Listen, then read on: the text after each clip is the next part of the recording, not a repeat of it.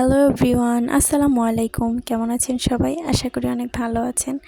তো আর কথা না বাড়িয়ে চলে যাই মেন কথায়। সেটা হচ্ছে আজকে আপনাদের সাথে যে রেসিপিটা শেয়ার করব সেটা হচ্ছে সর্ষে পাবদা।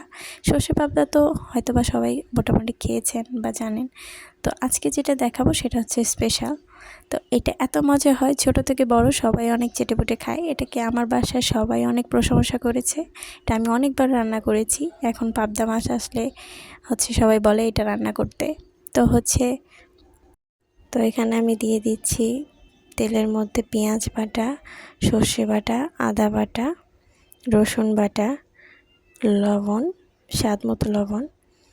তারপর দিয়ে দিচ্ছি জিরার গুঁড়া 1 চামচ, হলুদের গুঁড়া 1 চামচ, 1 চা চামচ আর কি, মরিচের গুঁড়া 1 চা চামচ, ধনিয়ার গুঁড়া 1 চামচ। মশলা এর থেকে বেশি কিছু দিব না। এটাকে এখন ভালো করে আমি কষিয়ে নিব। কষানো হলে সরিষার একটা কথা বলে রাখি আপনাদেরকে, সেটা হচ্ছে সরিষা বেশি কষাতে যাবেন না, বেশি ভাজতে যাবেন না, তাহলে এটা তিতা হয়ে যাবে।